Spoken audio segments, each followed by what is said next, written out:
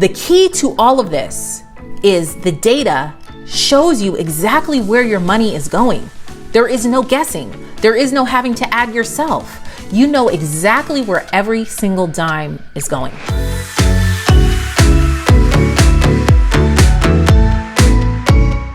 Hi friends, welcome to Moms and Money, where we talk about making money, managing money, and saving money for the women in the household. Well, it's 2021. Hopefully we've all started our new 2021 budget. I've made a couple of videos about setting up your 2021 budget, all with the budgeting printables that I have listed in the description box down below. And if you are a pen and paper type of person, you can tap this eye right here to watch them.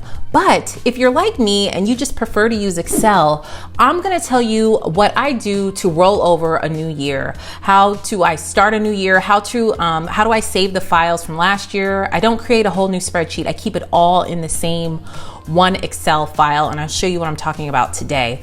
But if you're totally new to budgeting, you don't know what I'm talking about at all, you don't have a zero-based budget set up whatsoever, and you're interested in trying to start one, you can download my free zero-based budget template in the description box. This is exactly what I'm gonna walk you through today so that you can see, how I roll over the new year. Now, when you download the template, it'll also give you instructions on how to follow a video where I go into detail on how to use the spreadsheet, at least how I use the spreadsheet, but you're definitely customize it to work for you and your family.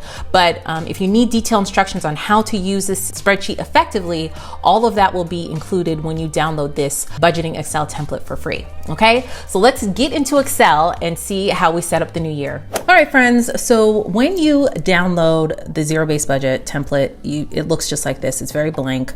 As you can see, I created this a long time ago in 2016, and you should be updating this every year, especially if you want to keep, accurate records and just you want to see how your spending habits, there's so much you could do with the data that is provided with these sheets, especially if you take the time to go back and look at them and analyze it and say, okay, well, I spent so much here. Was there something going on in my life at the time where we spent so much as a family?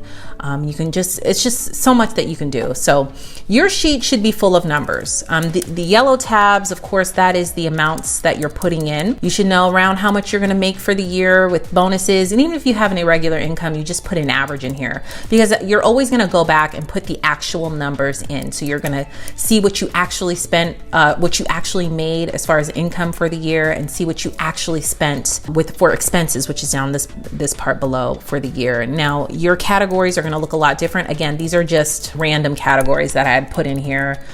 Just the average places or expenses that people have. You may have more, you may have less, so you definitely make sure you have the right categories. And so yours should be full of numbers. I mean, maybe you spent, I don't know, 100, more than 100, like how much we spend on the internet, 70 times 12. So $840 a month. So this should be filled out with $70 a month, right? And then your cable, I don't know, maybe you don't have anything for cable. Maybe you just have Netflix and it's $15 a month. So it'd be 15 times 12. Now things that change, like your electricity during the colder months, maybe you don't spend as much. Maybe it's just like $100 a month. And then once it gets warmer, it starts increasing, these are just numbers I'm pulling out of the sky. I don't know.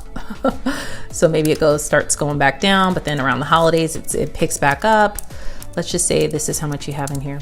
The reason why this is negative over here onto the far right is because it's deducting what you put in as far as how much you should be spending for the year. So on average, if you take the average of these amounts, which is in the lower right-hand corner right here, the average is $143.75. So you're gonna put $143.75. So the yearly tab will tell you how it calculates automatically based on the monthly amount that you put in here, how much you're spending for the year. And then the total remaining is all of these January through December expenses less the yearly amount. It should be zero. Okay, this is 630 because I didn't fill in the rest. But anyway, I say all that to say, all of yours should be filled out. So what you do at the beginning of the year, you don't want to just create a brand new spreadsheet. You don't want to do that. like in a totally different file. You're just going to create a new worksheet in this workbook. So you click on 2016 down here at the bottom, and I'm using a Mac too, by the way. This should work on a Mac or a regular PC. So you click on the tab down here where it says 2016, you right click, and then you're going to click on move or copy. Then you're going to click on create a copy, and then you're going to click OK. Now it created the exact same template or the exact same thing that was on the 2016 tab. It now created another one, and it's called 2016, and then it has open parentheses, 2 close parentheses, because it's the second one. So we're gonna rename this. We're gonna click on it, right click again, and click on rename. And we're gonna rename this to 2021. Now you have the structure of this already built. You know, you kind of know how much you spent at certain times. You should have a good, even if your income is irregular, maybe your bills are irregular, you should still have a good idea about how much you're spending and how much money you're coming in. Now, I know 2020 was a crazy year. Things happened that no one anticipated. I mean, no one anticipated. So your income maybe fluctuated a lot in 2020 because of COVID-19 or because of the pandemic or anything. So keep that in mind, but at least you have the basic bones. Like, you know, unless you moved, you know exactly how much your electricity is, your gas, how much you spent in gas for your car, you know how much Netflix is. So all of these amounts here that you have filled in, what you're gonna do is you're gonna delete them. Okay, because it's a brand new year. But before you delete them, like I said, take a look at it and see, okay, this seems about right. This seems about how much I'm going to spend. And then you can put in what you think you're gonna spend monthly for these categories. Because again, like for electricity, that's a good example. You know, it fluctuates throughout the year. So you know that in the summer months, maybe you're running your AC more, you're going to spend more. So if you're budgeting by paycheck, you've got to think about that. Now, if you are in my course, Over Budget to Overjoyed, you have a totally different spreadsheet that you downloaded, because that one includes the budget by paycheck, budget by weekly tabs, and everything. If you're interested in Over Budget to Overjoyed, which is a course where I walk you through how to become debt-free and stay debt-free, the link for that is in the description box. But this is the free version here. So if you wanted to break this down yourself by paycheck, you definitely can do that. You can change anything on here that you feel would help you and your family. This isn't like set in stone. I'm just sharing with you what I typically do. Now let's go over to the sinking funds page. Now the sinking funds page, and this is tied to down here. You want to talk about how much you want to spend monthly. And this is really such a good eye opener for me, because it sees how much I can literally see how much we're saving for each sinking fund. Maybe you have less sinking funds, maybe you have more sinking funds, but these are just a few different sinking fund categories that you could be saving for throughout the year that will help you to stay out of debt. Okay, because these expenses typically come up at some point of the year. Now they're not normal monthly expenses, but these expenses do come up. And so you want to have the money there just in case, you know, you need it, and so that you don't have to like charge it on your credit card and then worry about how you're going to pay it. We'd love to sit down and see exactly what we're going to spend, like how much we're going to spend in each category. Like, we'd like to make a strong guesstimate. And because I've had this file for so long, we have like almost 10 years worth of data. So I know usually how much we're going to spend. Now, listen, stuff comes up, of course, that's out of your control, that you just have to come up with the money for. And that typically comes out of emergency. And that's why you want to keep that emergency fund funded, you know, but at the same time, you know, do what you can. And it doesn't have to be a large amount for each one of these. Maybe it's like $10 a month or even $5 a month, whatever you can do for each category that you have, you want to save. So this right here, it's linked to this. And so what you're going to do is, as the years progress, right? So what I typically do is, for sinking funds, it's a little bit different what I do. So instead of creating a brand new sinking funds sheet, I just scroll over to the right. So what I'm going to do is I'm going to highlight the whole columns B through R, right? I'm going to right click and click copy. And then I'm going to click on S right here, the S column, the whole column. So it would be the S, then right click and hit paste. See, it copies the whole thing over. All right, so once we made this copy over here, we're gonna change this to 2021, okay? Up here, cell S2, S2 or S1, change it to 2021.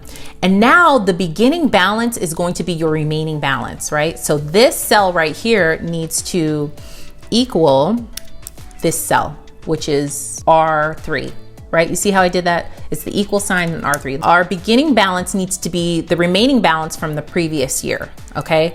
So I'm just going to copy this down and just pause this, guys. If I'm going too fast, you guys, that's the power of the internet, just pause it, okay?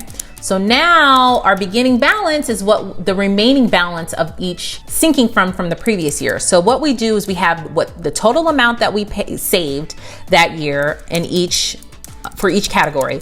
Then any payments out, like maybe we needed to take some money out for whatever reason.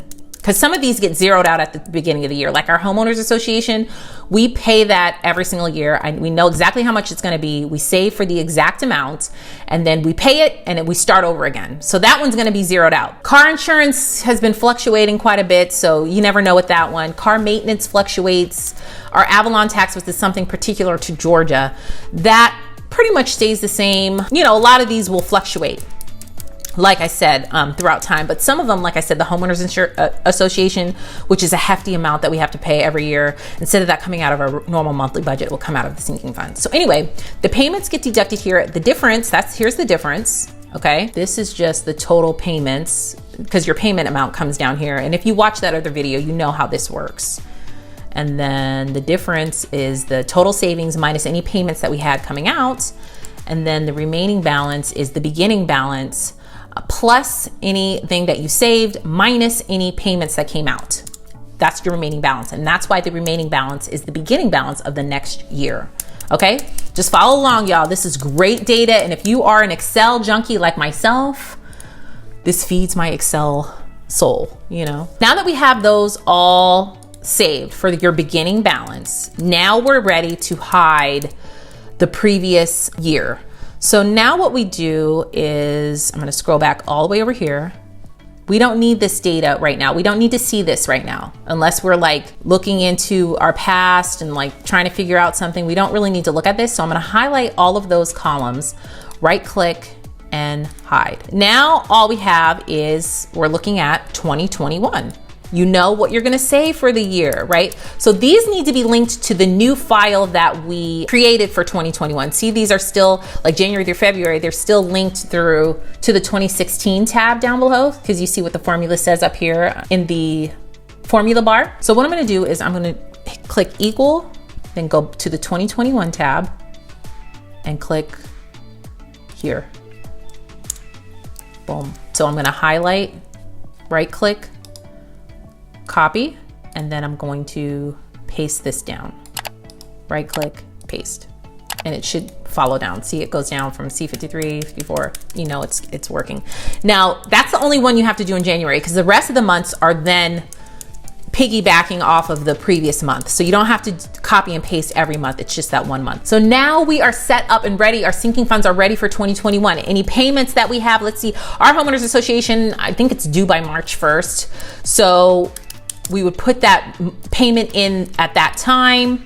We take the money out of the sinking fund, put the payment in at that time, but we had been saving, because we know it's $750 for the year. We know we've been saving $62.50 a month, and see how that automatically populates. So everything on this main tab for the year, it drives the sinking funds tab. Okay, so let's say your car insurance, I don't know, if you pay like semi-annually and it's $1,500, then that's what you put in there. Car maintenance, we have older cars, so we try to keep that, you know, buffed up. Maybe that's $3,000 for the year. Okay. Holiday food, birthday gifts, Christmas gifts, that's all by your discretion. Maybe you need to beef up your emergency fund. Maybe you don't. Maybe your emergency fund's fully funded. If it's fully funded, don't worry about it. You can keep that zero. Car fund, you know, vacation, anything can be in here. Okay.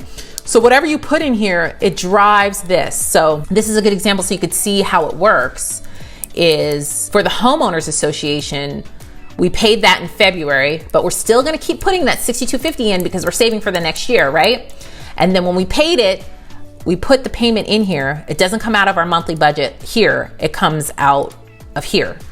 So we take the money out of our savings account, pay it. Now we know that that remaining balance for the start of 2022 is going to be zero. So let's say it's time for you to pay your car insurance in March, and you pay, I don't know, $800. So you could see in March, you pull the money out of your savings account, pay it. Now your balance for the remaining year for your car insurance is $700. I'm just guessing, y'all. I know it's more than that for sure, but this is just me playing with numbers in Excel. So that's how you start a new year for the sinking funds tab. And I know it may seem a little daunting, especially if you're not comfortable in Excel, but y'all, this is how you get the data that you need. Okay, data drives everything. You get a definitive answer when you look at your data. So you can see that maybe, hey, I'm spending too much on my car insurance. It's time for me to start shopping around for that. You know, and then you can compare, you have previous years to compare how much you've spent in the past. Same with car maintenance, with your Christmas, like everything, y'all. It's good to have this data on yourself and your family so that you know exactly where your money is going. The key to all of this is the data shows you exactly where your money is going. There is no guessing. There is no having to add yourself. You know exactly where every single dime is going. And Excel does the heavy lifting for you. Okay, so this is how I, start the new year. I'm getting ready to do ours soon because I usually do our budgeting monthly. So, and that doesn't go into paying bills. And if you guys are interested in seeing a video on how I sit down and pay our bills and manage that, then leave a comment down below and let me know. But this is how you start a new year over when you're trying to budget in Excel. All right, y'all, so leave a comment down below and let me know, how do you use Excel? Do you do something differently? What kind of template do you use? Remember guys, my template is just a shell for you to create whatever it is that you want to create to make it work for your family, y'all. Because the key is that we actually do it. Because if we don't do it, it's kind of just pointless, Maybe it was one of your financial goals to start budgeting, find a budgeting system that works for you and your family. Definitely test it out and don't feel intimidated if my spreadsheet seems to be overwhelming or if it's intimidating. Don't get intimidated. You can't break it. Okay, you cannot break it. There's so many Excel videos online for free and on YouTube alone that you can figure out how to do anything. Okay, when it comes to numbers, just finding something simple that works for you and your family is key. So thank you guys so much for watching. Make sure you give this video a thumbs up if you like this type of content, and leave a comment down below and let me know, what is your budgeting method? What do you do with your Excel spreadsheet template? I would love to know. Thanks again for watching, guys, and I will see you in the next video. Bye.